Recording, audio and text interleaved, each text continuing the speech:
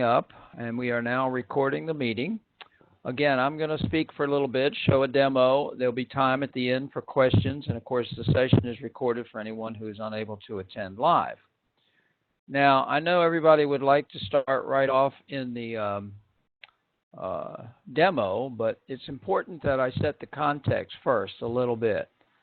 So you're going to have to allow me to do a few slides, share my screen a little bit, and set the context. This is a very important concept, this whole idea of framing, and I think it's important. So right now you should see my slide on the screen. I'm sharing my screen. You should see something that says Decisions First Overview and Walkthrough. Now, this is what we're going to do. I'm going to discuss a little bit of the overview so you have a context. It's important, excuse me, to understand that. Then we'll do the demo.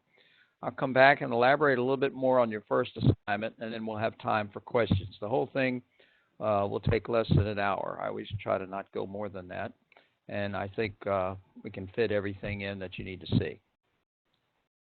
Okay, let me start by saying, again, the premise behind our entire program when we designed it was, of course, to follow the three-step process outlined in the book Keeping Up with the Quants by Tom Davenport. That was a text, it's not really a textbook, that was a required book for this course until we eliminated all books, all purchase books. You're still getting the gist of it from the article that I have in the required reading called Keeping Up with the Quants, which is a synopsis of this. But basically, Mr. Davenport, who's one of the leading gurus in the world of analytics, says there are three good steps to developing a good analytical solution: framing the problem, solving the problem, communicating, much as what I've said when I did the overview. And so tonight we're going to focus on the first part of that. We're going to focus on framing the problem. What is it? How serious is it? Who's going to fix it? How are they going to fix it? What information do they need, etc.? And the premise is, and Mr. Davenport's very clear in this, as are many studies, that if you don't do a good job of framing the problem, you're doomed. Okay, now you can do a great job of framing the problem and still not accomplish steps 2 and 3 well.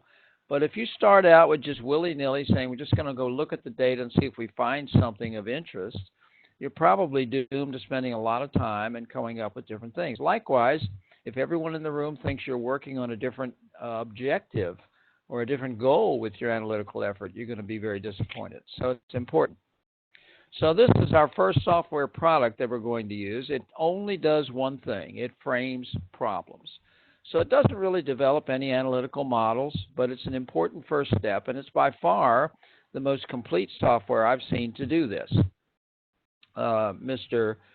James Taylor, who's the CEO, has allowed us to use it almost for free, very, very low cost, and it's a great piece of software, and you'll see that when we do the demo. Okay, I like the quote from Albert Einstein. He said if he were given an hour to save the planet, he'd spend 59 minutes defining or framing the problem and 1 minute resolving it. Well, we're not going to spend 59/60ths of our course on framing. Somebody's got their video on. I say video. Okay, turn the video off. We're not going to spend 59/60ths of our course framing the problem, but we are going to spend the first 2 or 3 weeks. So this is an important aspect. And by the way, I think you should continue to carry this whole framing concept with you throughout subsequent courses. Remember, the software that we allow you to use for free in our program is available to you the entire time that you're in the MSDA program. So let me move on here. Okay, again, borrowing from Mr. Taylor, you can see that there's a little discussion of the kinds of decisions one can make, and I think everyone here understands that, so I'm not going to dwell on that. We can have strategic, tactical, or operational decisions. They vary in the type of decision, they vary in the time impact, they vary in the importance. His software could be used and can be used and has been used for all types. It works best on operational decisions. I have used it with certain people for strategic and tactical, but it works best on operational decisions that are made day to day. Donovan, I think you have your video on. Donovan Gray, please turn that off. Please keep your video and your audio off. Let me drag that down out of the way. Okay, what do we mean by operational decisions? Well, from Mr. Taylor's philosophy and his perspective, these are the best kinds of decisions for which his software is suited. decisions that are repeatable, meaning they occur very frequently. They may occur 20 times a day, 100 times a day, 50 times an hour, but they occur repeatedly, the same kinds of decisions. Whether to buy or sell a mortgage is one we're going to look at tonight. For a bank, that's a very repeatable decision. It's not a repeatable decision for people who only buy homes periodically, but for a bank, buying and selling mortgages would be a repeatable decision. Non-trivial. It has to be a decision that you can't just wing it and solve, so this has to be a decision that has some aspects of variability to it. Non-trivial. If it were trivial, you wouldn't need any kind of a model or help. Measurable business impact. Although each of these repeatable operational decisions occurs frequently, each of them only has a very small impact on the bottom line. However, because they occur so frequently, the cumulative effect is considerable. In fact, it determines whether you stay in business day to day. Strategic decisions determine whether you stay in business long term. Operational decisions determine whether you're in business tomorrow. And the tactical decisions determine how efficient you are with your operational decisions. And finally, that bottom right one, candidate for automation. Many, if not most, of the kinds of decisions we're talking about here, once they are fully built in terms of an analytical model, can be turned into something that's automated, usually with the basis of rules. And the fourth one, the bottom right one, we'll talk a lot more about later in the course. But this is kind of what you should be thinking about as you first decide on what it is the decision is that you're going to model with the DecisionsFirst software. Now, these are the steps in using the software, and they line up a lot with the tasks that are in the first assignment. First, identify the decision. Describe what it is, why it's important, why it's useful. And so identify and describe it. Then specify the requirements. This is where you actually get into using DecisionsFirst, and you start saying, oh, I need this information, I need this kind of expertise, I need this kind of data, I'm going to use this kind of an analytical model to help me with the decision, etc. You'll see that when we build something called a Decision Requirements Diagram, DRD, Decision Requirements Diagram. That's what I'm going to build here in a few minutes. Then you go ahead and complete the model. You refine things. Usually when you build that first version of the model, you say, oh, I left something out, or, oh, this is connected to that. The interconnections have to be well thought out. And so what you do is go back through iteratively your Decision Requirements Diagram and improve it. And then finally, when you're very sure you've hooked everything of importance together, you click Go, basically, and you will generate something called an Analytics Requirements Document. So the DRD, the Decision Requirements Diagram, will be part of the Analytics Requirements Document. Now, the ARD, the Analytics Requirement Document, is something you're going to attach as an appendix to your first assignment. I'll say more about that later. But these are the steps. Okay, so how do we do this? Well, the first thing you have to do is think through your decision. You have to decompose it. And what do we mean by decompose it? Well, are there subsidiary decisions that have to be made that support it? What kinds of information do you need? What kinds of guidelines, policy ideas, expertise, regulations? What kinds of models would help you with the decision? And so forth. And it is iteratively developed. So let me take a look and show you a couple of screenshots. Now, this is not the walkthrough. I'm going to do a live walkthrough, but these are some screenshots that will give you sort of a feel for this. First and foremost, there are really only three kinds of icons or diagrams that you can put, things you can put in the diagram. We have information, we have decisions, we have knowledge. And notice each of those has a different shape. Decisions are rectangles, information items are ovals, knowledge items, which means expertise, regulations, etc., are what we call the beveled rectangles with the bevel at the bottom. And you'll see that when we go and build the demo. Those are the only three kinds of objects you can actually put into the DRD on the screen. Other objects are hidden behind the scene. This is what the opening screen will look like once you get started. You'll have a palette of objects over here, and you can see just those three. You can ignore, for the most part, the sketch objects. Those are same objects, but you put those in if you're not sure you want to use them. But you can always delete objects. And then there is a comment object, which I never use. I'll show you where you can put comments for each of these. And so you begin to lay these things out. Oh, I'm going to need some marketing help. I'm going to have to calculate the price. I'm going to see if someone's eligible for a return. Somebody returns happen a lot in businesses, right? Whether you're going to Target or Walmart or wherever, a lot of times you have returns. Well, can that return be accepted? Some stores say anything can be returned. Others say, well, I have to determine the eligibility. And that's part and parcel of some of the walkthrough that Mr. Taylor does. So you'll begin to hook these up. And you can see some that get hooked up with connected with dashed lines. Those are the knowledge items. They get connected with dashed lines. The solid lines is where we connect decisions to decisions and information items, data sets to decisions. So you begin to frame this, and as you again think about it, say, oh, I need this, I need this, I need this. Again, this should be a decision that you are well versed in. If you're not well versed in the decision you pick, you need to do some research and make sure you understand the aspects that go into it, and you can do a lot of that research. But most of you probably have something in your day-to-day business world that you do repeatedly or that someone does repeatedly, and you have enough understanding of what goes into that decision. This is what one of the screens, again, we're going to get into this in a second, but this is what one of the screen looks like to flesh out, if you will, what you put in those objects.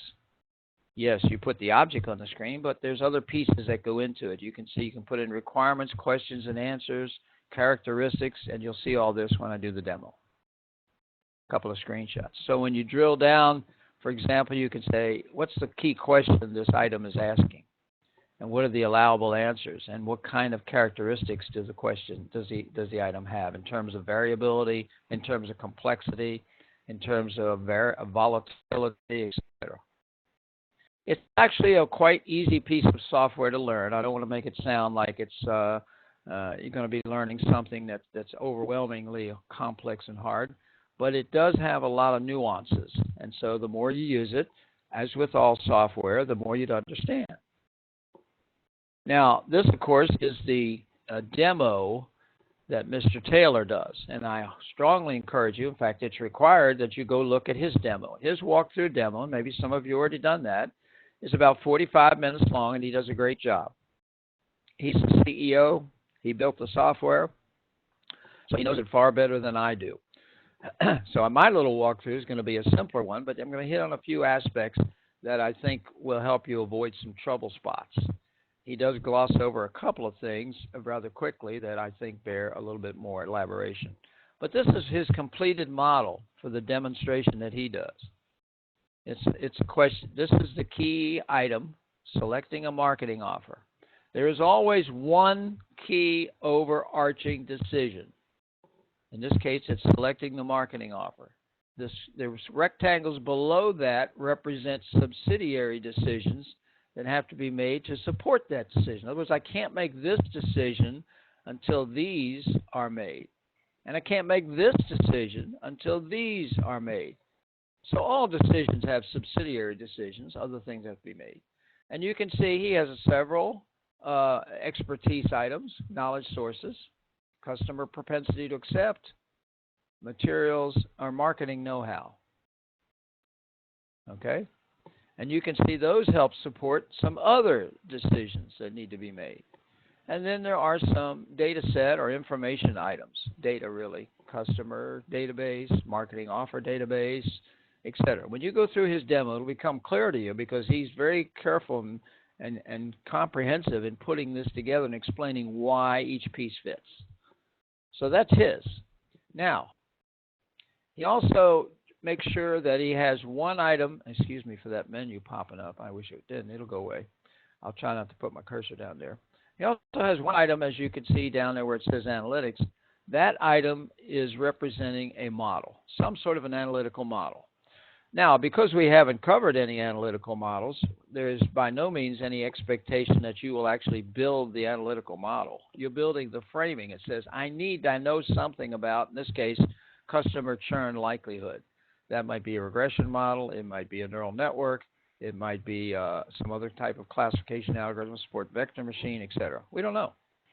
So you don't have to do much about that, but you do need to include at least one item somewhere in your model that says, this is where the analytics is going to come in. Okay? Now, let me move to the one I'm going to do tonight. I'm going to recreate part of this. It would take me too much time to create the whole thing. This is one done by a Data 610 student at UMUC. As you can see from the footnote, Mr. Taylor liked it so much when I sent it to him and explained that this is a pretty good one, Mr. James. He said, "Oh, that's good. Can I use it in my literature?" And so it's in his little white paper on framing analytical requirements. Okay, so this was done by a student. It's a very good job. Is it perfect? By no means. Could it be improved on? Yes. And when I gave some feedback to him or her, I mentioned some areas that could be improved on. But let's just take a look at this one because I'm going to rebuild this. Again, you see the key pieces. The decision, the main overarching decision was whether to hold or sell distressed mortgages. This person worked for a bank. They had to make this decision repeatedly. Lots of mortgages become distressed. They haven't been paid in a certain number of months, and they go in a category called distress. They have to decide, do I try to sell this mortgage? Do I try to get it back into good stead or what? So that was the overarching decision. You can see the subsidiary decisions below that. Evaluate the profitability of selling the mortgage. Identify the distress. First of all, identify a distressed mortgage. Before we can buy and sell, somebody has to identify it. Performance prediction. Is it likely to make the decision about whether it's likely to come back to being performing or not? Assess the home equity. Might not be able to sell some that are underwater, et cetera, et cetera. I'm not going to try to explain the whole problem because I'm not a banker. This is not my expertise. I'm just saying this is how the thinking went from the person who built this model. You can see they put in several knowledge sources. Security trading regulations. Those govern whether or not you can sell. FHFA mandates have some impact on whether you can sell. Balance sheet management directives from the boss. Those are all, as you see, knowledge sources, meaning they are expertise, they are policies, they are operating instructions. What about data sets? Well, here's one, market bid prices. You certainly don't want to sell mortgages when nobody wants to buy them. Mortgage payment records, mortgage portfolio loan data, property appraisal, and you can see how they're connected quite extensively. All those pieces mean they feed into contributing to making that decision. Now, behind the scenes, there are a few other things, and I'll show those when I do the demo. But that is the decision requirements diagram. You won't have these pieces unless you cut and paste something in there. That's just something I added to highlight some of the key pieces. Okay? Okay, so we're going to go back and look at this DecisionsFirst software, and I'm going to try to recreate this portion of this slide, show you how this was done. Okay, so now we're ready for the walkthrough. So I'm going to leave my chart up on this and come back to it, and now I'm going to go over to my DecisionsFirst software. So I've logged in, much as you will log in. You all should have your passwords and your login information that you need now. When you log in, your screen will look just like this with one exception. You will not have the admin button. The admin button is only for the people like myself who are the administrators. Not that you need the admin button, so don't worry. The admin button does a few things that we do, like adding people to the roster, et cetera, et cetera. So here I am. Now, where do we start? Well, let me just hover over some of these icons and show you what they look like. This is to create a new decision requirements diagram. So that's where we're going to start. This is to create a new decision. This is to create a new objective. Now, I didn't say anything about objectives, did I? I only mentioned decisions.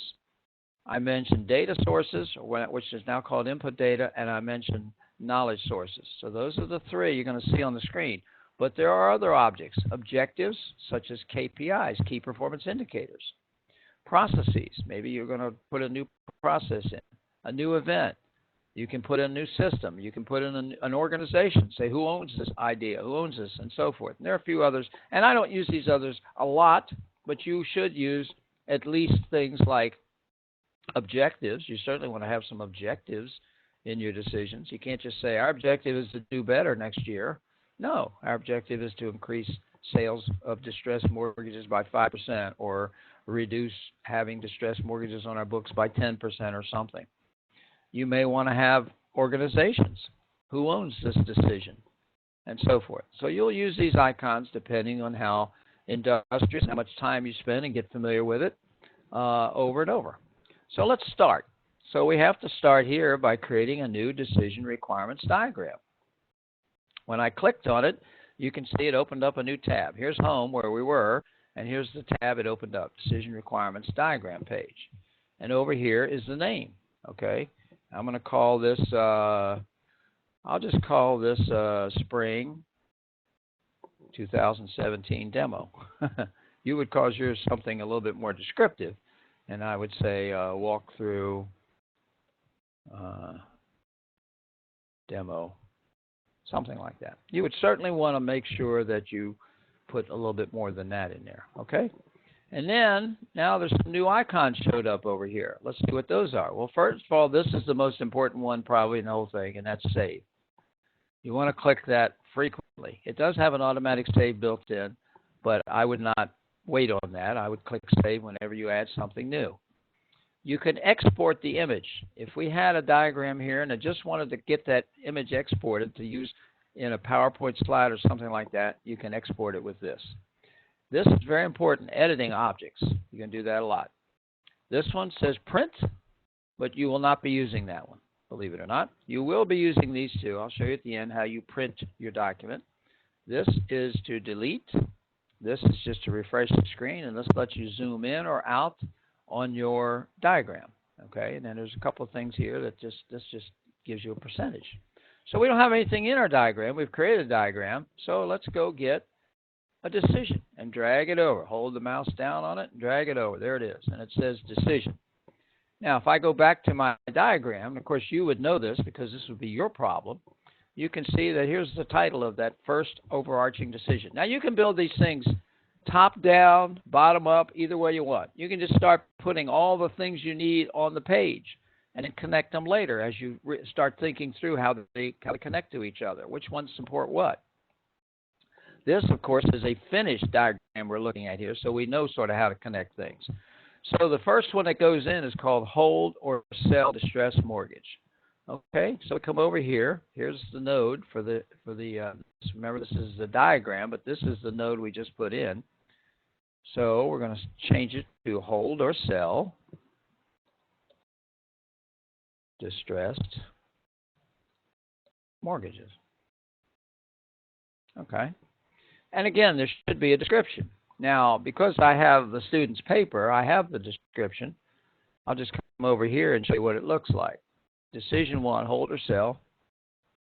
And I'll just copy rather than type because I'll make too many typing errors.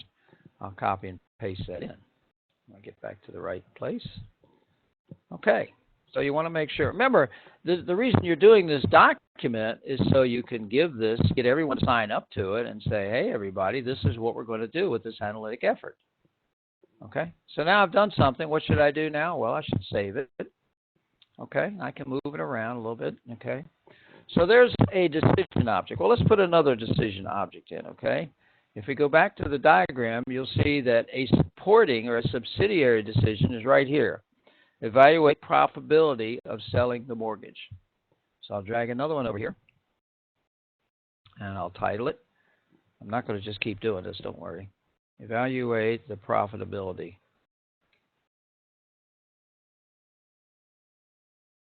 of selling the mortgage. Okay? And again, I can go back to my diagram, evaluate the probability, and copy and paste the description of that. Again, this should be something you would do for every object. You'd want to know what it is. I can save it. And now, because we know, hey, you know, you have to make this decision before you can make this one, I can connect them. Remember, a solid line connects decisions. The dotted line connects. So click it, come over here, hover, and drag. There you go. We now said this decision supports this one, so you got to make this one first. And then you could go on and on and on. Remember, we have a very complex diagram here, rather complex. I've seen many that are more complex. But this one has 1, 2, 3, 4, 5. Well, it has about a half a dozen or more decisions. It has 3 or 4 data sources, and it has 3 or 4 what I call knowledge sources.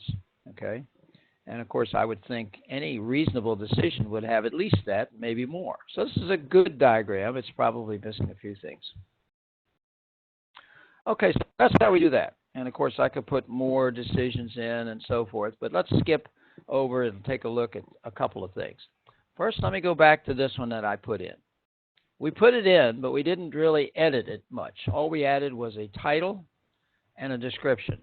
So if I click this and make it the main object and come over here to edit object, we're going to do a little more with it. There it is, hold or sell distressed mortgages, blah, blah, blah. First of all, here's the type. What kind of decision is this? Well, this is an operational decision. What's the status level? Is it completed or in process? It's in process. Is there a URL where I can go read more about what this decision is or supporting or something? If there were, you could put that there. If I scroll down a little further, you see how it connects in the diagram, okay? In other words, it's, oh, I see, it's connected to this decision. And, of course, here's the name of the diagram, Spring 17 Demo. Now, one thing that should always go in here is what is the key question, okay? Should we sell this mortgage? Okay, or whatever the appropriate question is. Now you get to pick what kind of answers you will allow. Is this a yes, no, or is this something from a value? Well, this is a yes, no. So we're going to say, we're going to leave it on yes, no. Well, we could pick other things. Okay, leave it on yes, no. And we're going to set the default answer to be no. Okay, so every time this decision is made, somebody has to decide yes or no on this question. You can put supporting information here about why the decision needs to be made and who, so forth and so on. You can do other things, but let's come down here to some other characteristics. Now I'm going to go back to my this. This actually is a piece of the finished ARD, the Analytics Requirement document. And if you scroll down past this, you see here's our hold or sell distressed mortgage. Here's what kind of answer it is, operational decision. Here's the question. Is the distressed mortgage loan able to be securitized and sold? Yes, no. This tells you what other parts of the DRD it's connected to. And then this gives you more information about those drill downs. The volume is medium, and you might want to say medium means it occurs 25 times a day. He or she didn't fill that in. So let's go make the volume medium. Drag it over. Medium. What's the complexity? Complexity is high. This must be a tough call, okay? What's the variability? High. What's the repeatability? Medium, okay? What's the measurability? High. That means we have a good what? We have a good KPI to measure this. We have a good metric, okay? And what's the time to outcome? Now, time to outcome is medium, okay?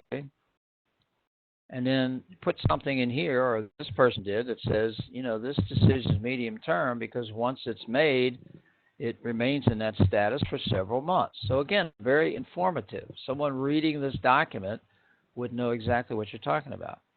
Now, there's a couple other things we can put in here, but we'll do that in a minute. Objectives. You know, this is where you'd put your objective, but you don't fill it in directly. You create an objective object and link it, but I'll show you that in a minute. Then you could leave a comment. Maybe Mary should review this. Now, when you put a comment in, you want to make sure you hit submit, so that submits it. And then you want to come up here, and here's another save icon. This saves your editing. And you're saying, oh my God, I got to get used to hitting 2 or 3 places to hit things. Yes.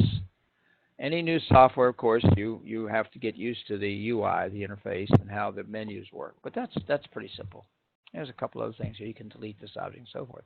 So now you notice I've got this open. I can close that, go back to my main diagram. These are tabs.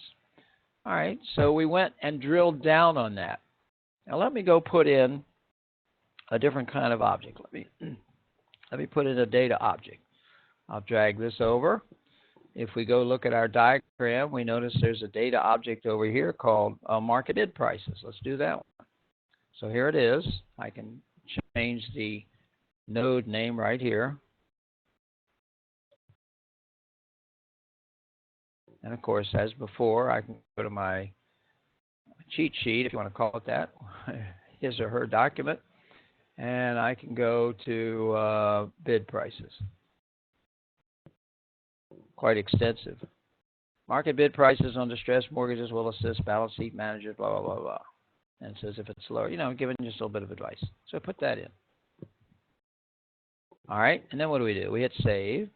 I do anyway. Now I've got to link this somewhere. Where does this belong? Well, if you knew the problem, you'd know where to link it. I don't know the problem well, but I see it links to evaluating the profitability. Aha, that makes sense, doesn't it? So we link that. All right, now what else can we do on this? Well, we can drill down. Let's see what kind of editing we have for this. Data source. A little bit different menu. Context sensitive. Is this an internal data source, an external data source, a pooled data source? What's the complexity of data? If it's verbiage that has to be sanitized, or it's got a lot of missing values, or who knows what, you want to say something there. What's the URL again? If there's a URL to go get it. And you can scroll on down and see a couple other things. Again, you can put the actual name of the data set, you can leave a comment, etc. So again, you'd want to make sure every object it gets some editing to make it complete. Okay, and when you're done, you hit save, you close that, and you're back to the home screen. Now let me put in the third kind of object so we get to see that. And of course, this is what we call a knowledge source. It can be expertise, again, it can be regulations, etc. If we look at our diagram, we see there are a lot of knowledge sources over here. Well, FHFA mandate sounds like an interesting one. So let's put that in. FHFA mandates. FHFA. Oops, what did I do? Where'd it go? Must have hit a different key instead of shift. FHFA mandates. Okay, and again, you'd want to describe that. And I can go back over here to FHFA mandates and copy that. It's very detailed, you can see there. So again, this person knew a lot about this situation, which is ideal, of course. So there it is. And I'll say save. And now I'll decide how I'm going to link that. Now again, we have the diagram, which tells us that links directly to the overall decision. There are some mandates. And of course, when we link a knowledge source, we link it with the dotted line. Okay. Now let's drill down that. FHFA, say edit object. And again, you'll see a different context-sensitive screen here, if you will. First, type of know-how.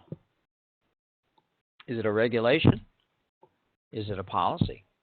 Is it based on Fred Smith's expertise? Is it an analytic insight you got from some model? Is it a best practice? And then some comments. So let's say it's a regulation, because it probably is.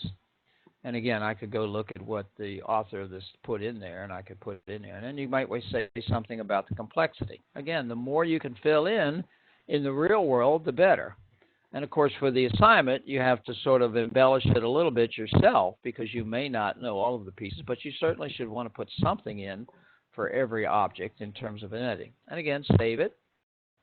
Close that. We're back to the main screen, and now we're looking good.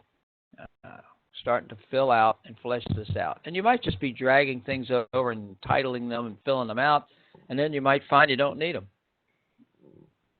Okay?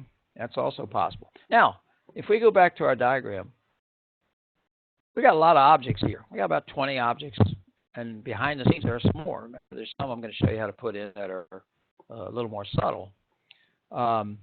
They don't show up on the screen, but they're behind the screens, like the knowledge or the key performance indicators, and who owns the object, and who owns the task, if you will. I'll get to that in a minute. But, I could go through and create these objects one at a time, and it would work just fine. And I'm not discouraging anybody from doing that. On the other hand, if you had a lot of objects, there's a little bit quicker way to do that. It's called bulk create. Let me take you to one more screen I have open. This is the screen of all of the objects that are really in this diagram. It's just a simple spreadsheet with only 3 columns, and that's all you can have. Object type, name, and description. Type, name, and description. And the type has to be one of the types that DecisionsFirst uses. It uses decisions. It uses input data. It uses knowledge sources. And if you hover over some of those other objects, you know it uses objectives, process, events, system, organization. Okay? So these were all of the objects that the author of this little model used. Okay? And I want to bring all these in. They've all got titles, names, if you will. They've all got descriptions. And just to save a little bit of time, that's all I'm doing. It's not do anything different than saving time if you didn't want to create them from scratch, if you want to create them in a spreadsheet.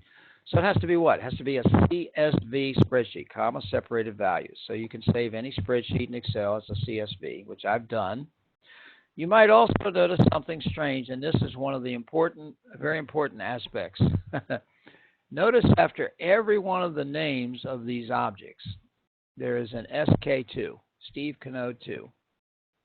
Why is that? Well, here's one thing we ran into a few semesters back, and so this is one of the key insights you get from this demo tonight. Let's say I create an object in this model called market bid prices. Let's say Tom, who's in our class and using the same database, basically the same DecisionsFirst database, set up, creates an object called market bid prices. The system wouldn't know which is which, and you wouldn't know which is which. So what I'm recommending, every time you create an object,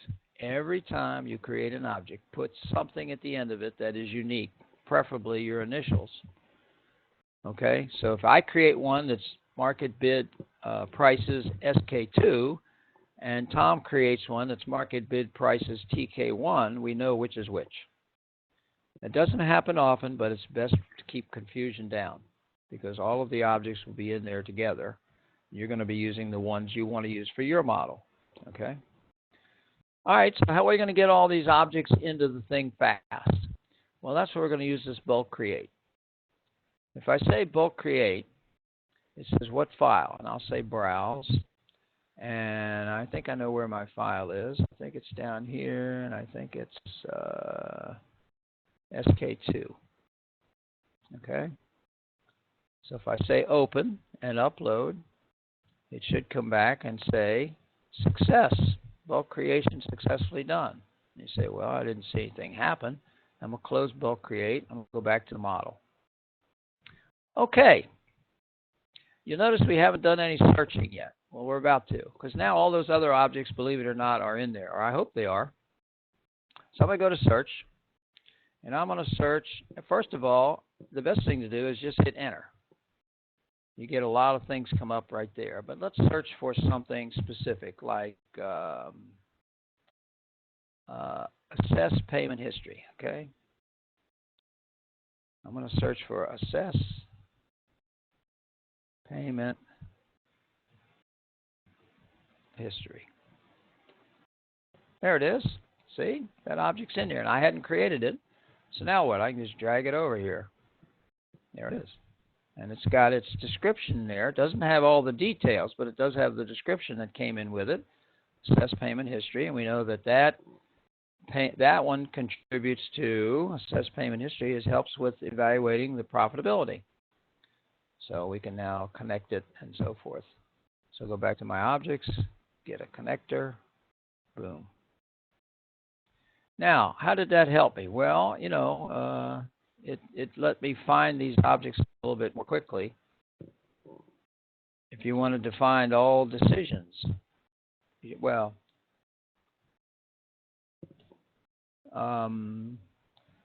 let's go up top and try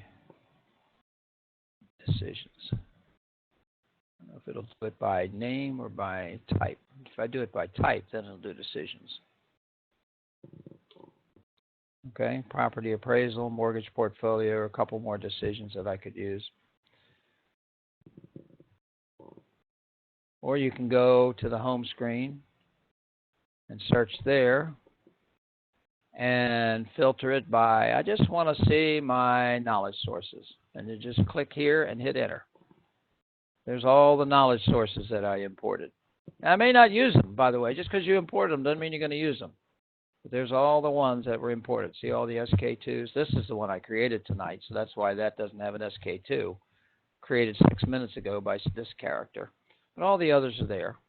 So that means you could use those if you wanted to. Okay? So I'll close the search page for now.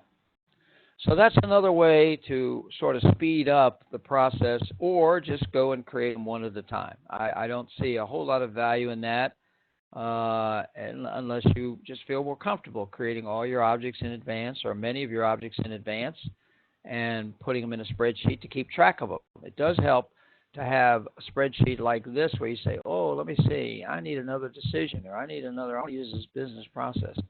Okay, so let's talk about objectives. We have a business objective here. Provide liquidity to the mortgage market, okay? Provide liquidity to the mortgage market.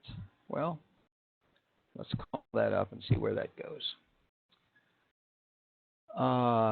So I can go up, provide liquidity. I can just type that in.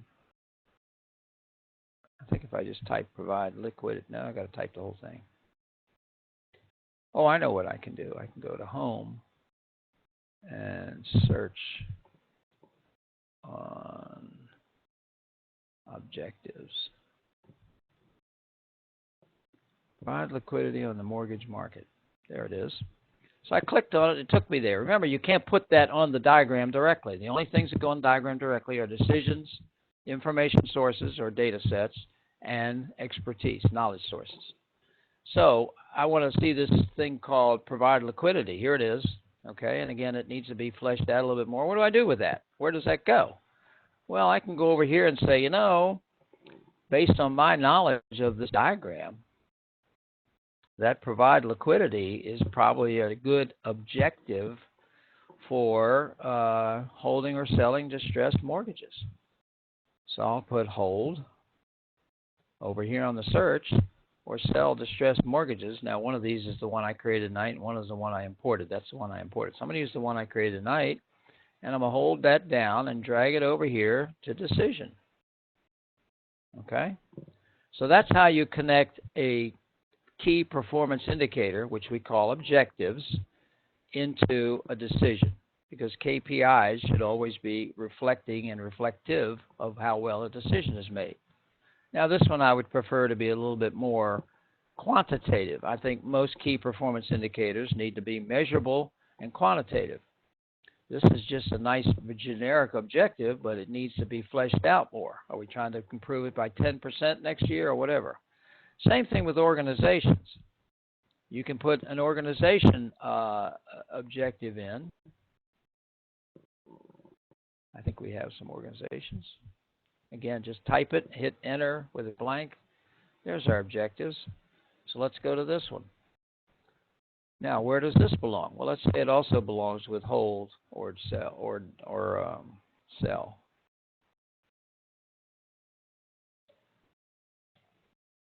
Okay. So I say, this the parent to this is he already had it built in, or she already had it built in. But we can say who owns the decision. Okay. If you wanted to, you can put a name in here and so forth, and you can put comments. So you can spend quite a bit of time stressing this out. I mean, fleshing out the details. And then when you're all done, of course, I didn't save it. I should have. It didn't take since I didn't hit the save button. That's another mistake you don't want to make too much of.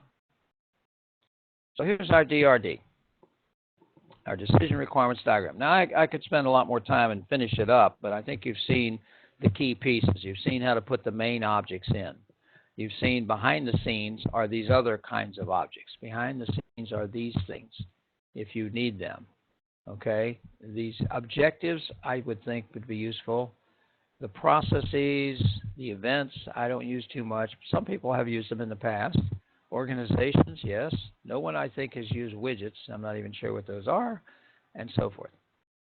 But there's one more key piece we need to do. When you have completely finished this, remember a couple things you could do. First, you could export it as an image, but suppose you want the whole thing. The image is just going to give you this picture. What you really want is the entire DRD, including the details. Now, let me show you what that's going to look like. I've sanitized this one a little bit. There'll be some boilerplate at the top, but basically, once it's done with all that, it will start listing the decisions. Now, I've edited these because once you print this out, and I'll show you how to do this, You can edit it. I edited this. I made it red. I made it bold just so it was ease of readability. So it starts by listing all of the decisions, and I numbered them. Then it goes into the data sources. Then it goes into the knowledge sources.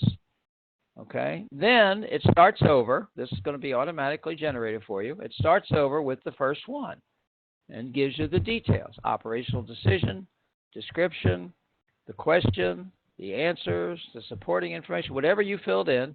It shows you all the things it's connected to, and then it shows you all of the other properties that you filled in, whether there's an objective connected to it, and there is, whether there are organizations connected to it, and there are, whether there are processes connected to it, and there is, triggered by what events? Call to sell assets. So when I said events aren't used much, here's one place where they are used. What triggers this decision? Somebody calls and says, let's sell some mortgages. And what system is it in our organization? It's in the portfolio pooling system. All of that went automatically when this person fleshed out that first decision. Then it starts over with the next decision, and so forth and so on. Okay? So you're going to get a lot of detail, which you can edit.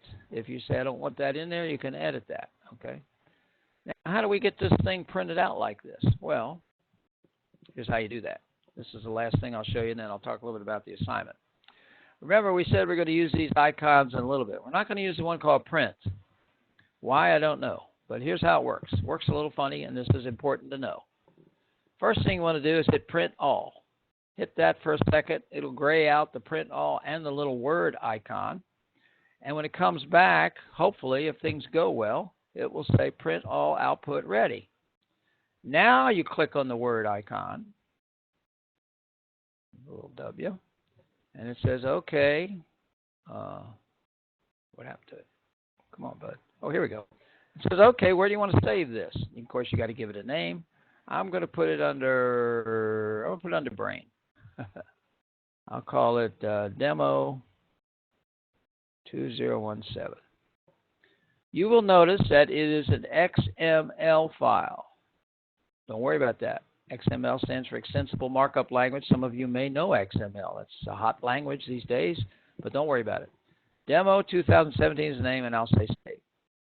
Now I'm going to go find that. This is my little icon to help me find these things, my little system. You can use Windows Explorer. I'm going to look under Brain, and it says Demo 2017.xml. Well, guess what happens if you double-click that? It opens up in Word. How about that? So don't worry about it being an XML file. So I'm going to enable editing so I can change it around if I want. And, of course, when you go and save it as a Word file. But anyway, let's go back and look at it. So here it is. It's got the picture. Now, the picture may be too big to fit on the screen, so shrink it a little. You know, if you have a large picture, it's going to have to shrink it a little. It's a diagram. Here we go. Remember I said it would start with the decisions? And I said, well, I made mine bold. I made them a little bit bigger. I made them different color just so you could see them a little bit easier. And then it has all the information. So it goes to decisions, then it goes data sources, then it goes knowledge sources. Now, I only put in one data source, one knowledge source, and two decisions, so it's pretty short. Then it starts over and gives you all the information that you entered, what it's connected to, et cetera, all the pieces you put in. It'll do that for all of them. So even this little one's going to be, 6 pages. I would say most of them are going to be pretty substantial. This is the ARD, the Analytics Requirements Document, the ARD, I call it, the Analytics Requirements Document. And you see how it was printed. Okay? Very simple. Again, you click on the print all. You click on after the two grayed out when the word comes back, you click on download Word and you've got it. Even though it's an XML file, it will open up in Word. Okay? Now, as I've said before, let me go back to my presentation. You are going to build that for a decision of your choosing. Now people say, can I build it? Can I build one for buying a house? Well, do you buy a house repeatedly every day and so forth? No. So that's not a good decision. You want something that meets the criteria as best you can that Mr. Taylor said is ideal. Repeatable, non-trivial, measurable impact, candidate for automation. Now you say, well, what if I don't have any of those? I'm sure you can come up with one, but if you haven't, let me just scroll down here and show you. I'll come back to this slide. Here's a slide. You'll have these slides. They're attached to the announcement section, which gives the link to the recording. Here are some sample kinds of decisions, many of which would be suitable. So if you know something about one of those, you might start fleshing it out. You may have to do some research and do some reading and say, well, what all goes into determining which customers are most likely to buy together? Because this day and age, there's articles about everything on anything and anything out there. And that's my CSV file. Okay. So let's talk a little bit about getting started, and then I'll talk a little bit more about the assignment.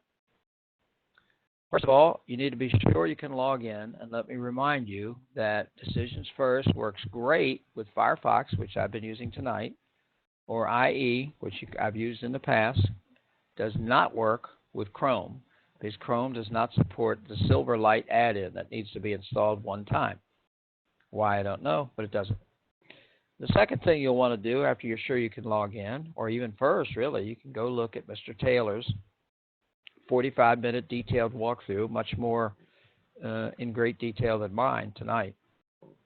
But it'll give you some great ideas about how he put his together.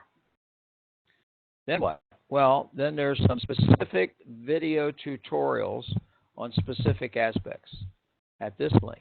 In other words, you say, oh, I want to know more about creating an object. I want to know more about creating a process. He's got video tutorials, short little video tutorials on each of those, on all of the objects. What if you like written word? He's got written tutorials on everything at the link shown here. Okay? So you got plenty of support. Now, let me finish up by talking about the assignment. This is an individual assignment due at the end of week 3. We are at the beginning of week 2. Week 3 will end on a Sunday, 2 weeks from yesterday. So you've got 2 full weeks. You've got to do some readings. You've got to practice. You've got to try things. Again, too many people say, I'm going to build the first and best one my first time through with no errors, no iterations, no nothing. Well, good luck, because that usually doesn't work out well. You may have to try a couple of things, and that's fine. Try as many as you want. Certainly, you'd want to look at a lot of those tutorials and try things before you just start going in there and putting things together. You want to do a little bit of research about the decision you're choosing. See how well it meets the criteria. You're trying to show 2 things, and I've been teaching long enough to know that it gets a little tricky. You know, I don't want to spend the 2 weeks just learning DecisionsFirst software. This is not a software course. We have to remember that the whole purpose of using the software of any type in this program is to help marry decision-making with analytics. This is part of how that marriage works, because this is the framing part. So you're really accomplishing a dual purpose over the next 2 weeks with this software. You're beginning to understand how important and how extensive framing needs to be done before you get out of the gate and just start building models. And you need to understand that there's a pretty good software package out there that can help you with that. Now, there are other packages, I'm sure. This one, to me, is great. Now, you want to make sure you go and look at the assignment guidance for the assignment. The guidance contains specific tasks that need to be done. It also contains the rubric that's going to be used to grade you. So you should understand fully that you need to accomplish every one of those tasks, at least to the minimum level. Remember, if you do everything well, meaning you accomplish the task, you submit it on time, you're in the proper format, no typos, misspelled words, properly referenced, that's a good solid B. So don't think if you just do each task, you're guaranteed an A. It takes a little extra effort. And as you could see, this one that this person did had a little bit of extra effort, and it was a pretty good paper. The paper itself is only a few pages, because the big bulk of the paper is the attachment, which is the ARD. So what do you do in those first few pages? Well, those first few pages is where you outline a little description of your decision. Here's the decision I chose. Here's why I think it meets the criteria. Here's here's the pieces that I'm going to try to put in. You don't have to list everything that's in the art, of course. You're just basically describing in 2 or 3 pages what's in the art, or a little introduction or precursor to what's in the art, if you will. So make sure you look at the tasks to be done. Make sure you do a good job developing the analytics requirements document, and of course the decision requirements diagram, which is part and parcel of that. And make sure that you start to understand the value, if you will, of framing the problem correctly so that you get out of the chute well when you go to build a model. Now, a couple of things that I didn't show is you can also, you'll also see if anyone else collaborates on here. You know, this is an individual assignment, but if there was collaboration, you'd see other names and so forth over here. It'd be Tom edited your document and so forth. So this works great. I'm just mentioning this. We don't use it in this class as a team assignment, but if you are out in the real world, you could certainly do this. Now, there is a purchase version of the software, but anyone can use the free version for a period of time. So if your organization, if you find value in your organization, feel free to have them contact Mr. Taylor, and he'll set them up for a free version for a period of time. I think it's great. I've been in many organizations where we left a meeting, 12 of us, 10 of us, 8 of us, however many were there, we left it, and we had 8 different versions or 10 different versions or 12 different versions of what needed to be done. If you do it right, you should only have one version, and then you get everybody to sign up on that, because you could also put in that expertise. Who's going to provide the expertise? You could put in the data set, who's going to provide and where the data set's coming from. You could put in the decision, as you saw, who's in charge of that decision, what the key performance indicators are to measure that decision. So there's a lot of value in this beyond what you might initially think when you first see the program. Okay, I think I'm going to go now and stop sharing and come back here and see if we have questions. Someone's asked, could you review how to connect the 2 decisions to each other? Cannot seem to get mine to link. Well, I can go back to sharing, yeah. And I'll go back to I think my diagram's still open. Where is it? Oh, here it is.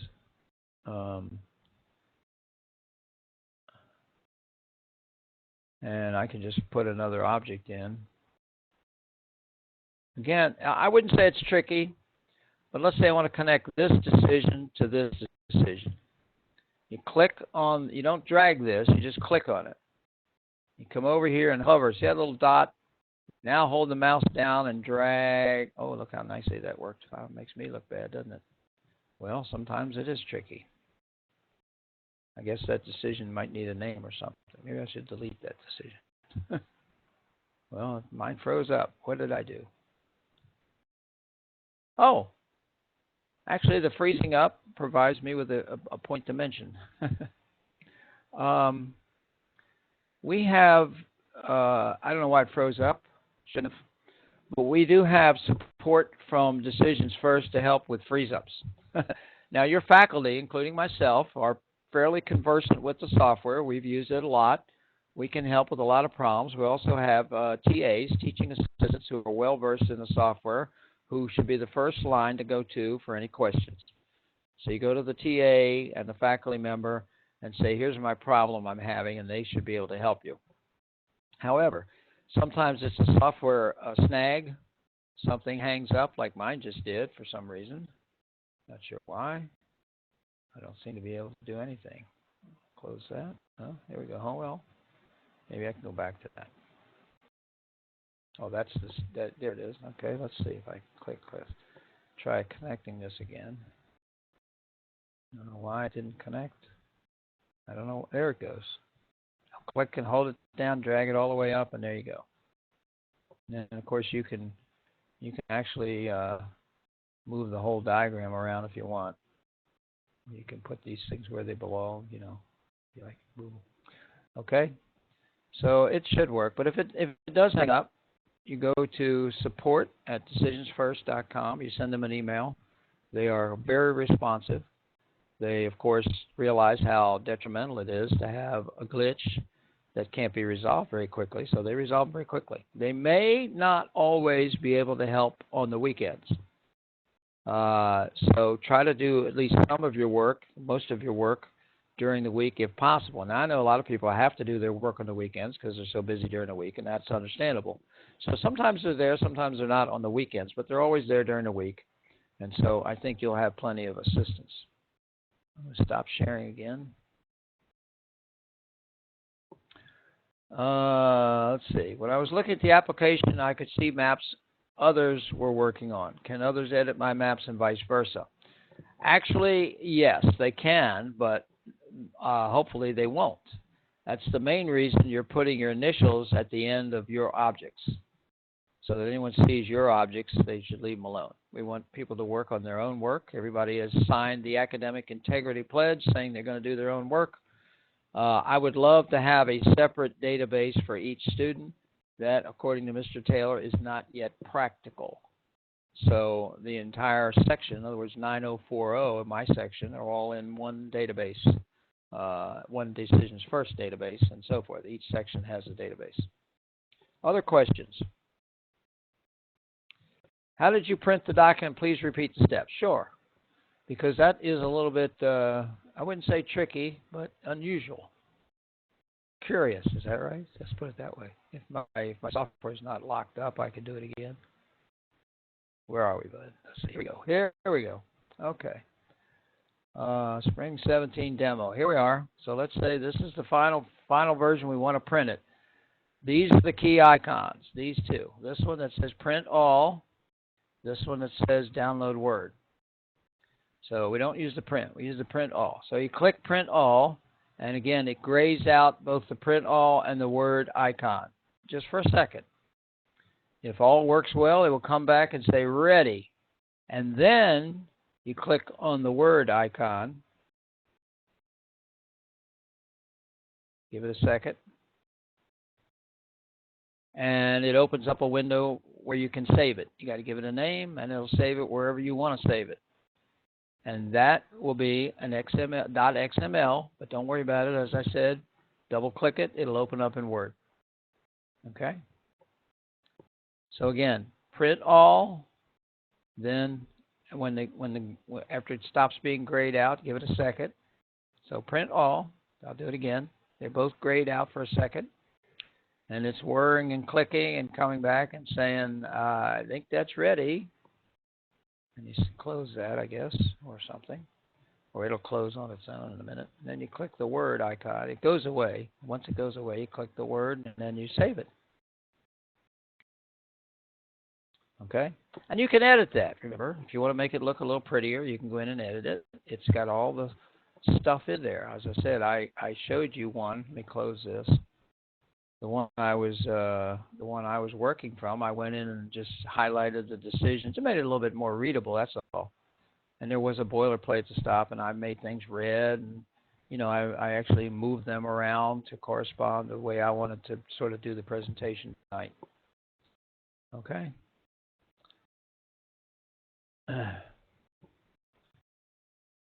Does it have to be a decision that happens frequently every day or something that has the potential to happen a few times a year? Well, again, that's sort of open-ended because repeatable doesn't necessarily mean, it could mean 1,000 times a minute, or it could mean, you know, a dozen times. Maybe I think it would have to be something that occurs multiple times per year. I don't know, 2 or 3 wouldn't be very many. And again, that's continuum, isn't it? Repeatable. You have to do. We all understand as faculty that you have a limited amount of time to do this assignment.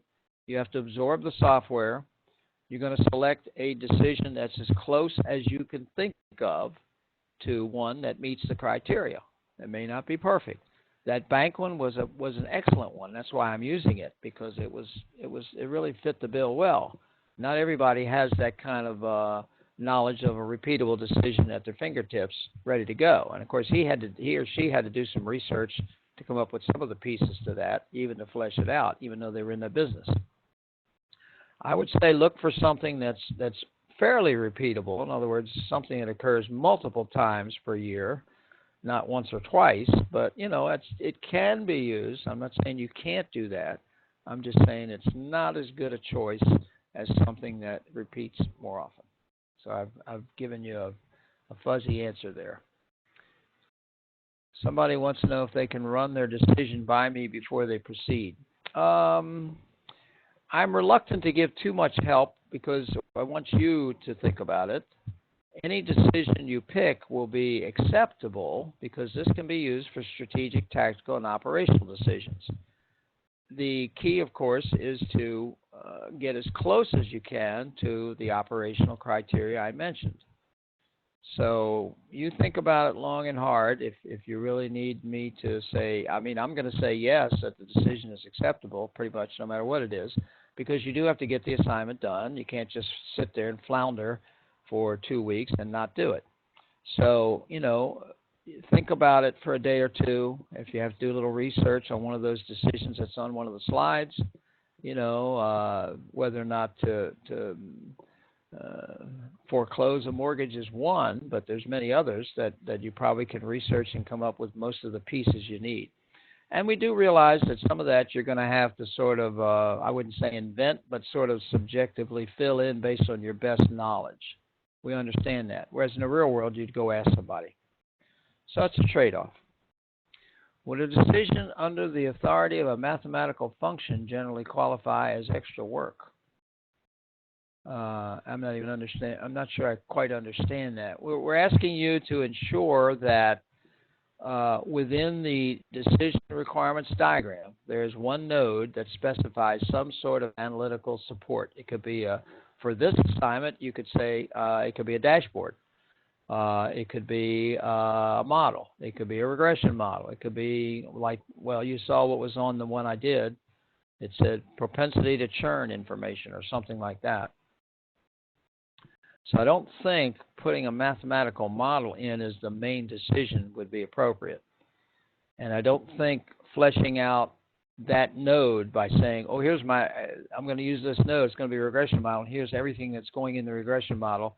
That's not what we're looking for in this assignment.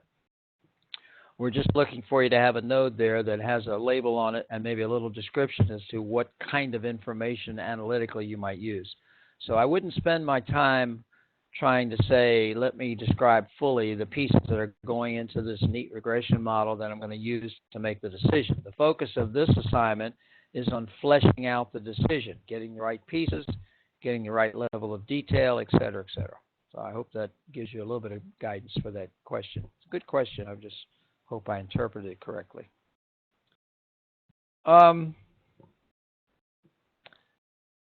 Sure.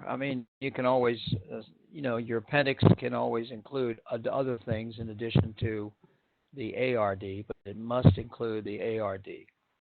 So don't put the ARD material in the document. In the first 2 or 3 pages that explain your decision. The ARD should stand alone.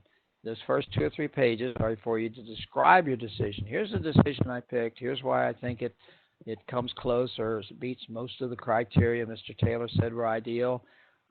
You should also include in that 2 or 3 pages that are basically the flesh of the report of the assignment. Remember, the ARD is an attachment.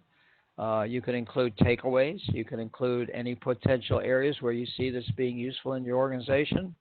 You can include suggested improvements. You could do things that you would wish you could do differently next time and add to it. I don't know. We have to give you some largesse in a master's program versus being too prescriptive.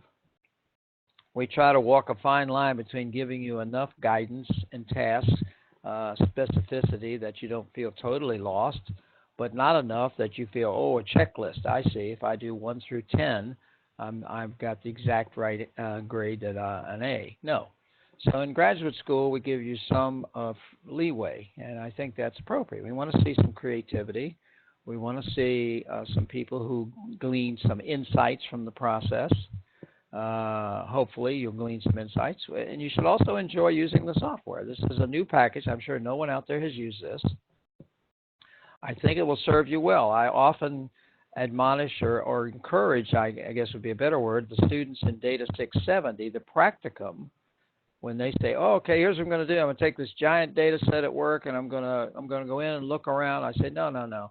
Why don't you use DecisionsFirst software and flesh out exactly what you're going to do for your project in Data 670, That way I'll know and the organization will know, or whoever you're getting the data from will know exactly what it is you're looking for and what you're going to do with it, and so forth. And then you could have a much more detailed note describing the model or models you're going to build.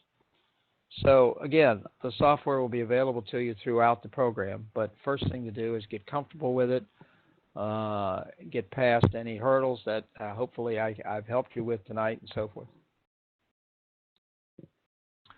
Okay, well remember I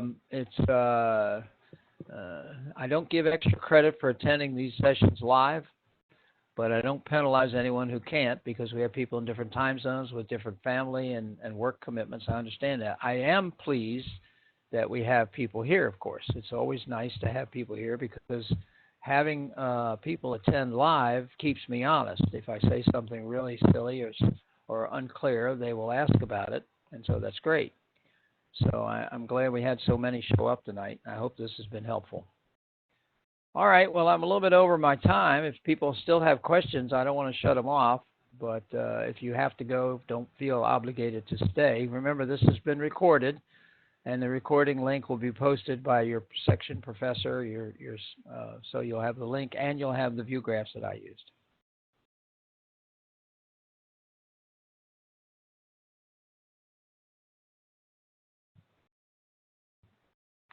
All righty. All right, well, I'm going to go ahead and stop the recording. That's the first thing I got to do so I don't mess that up.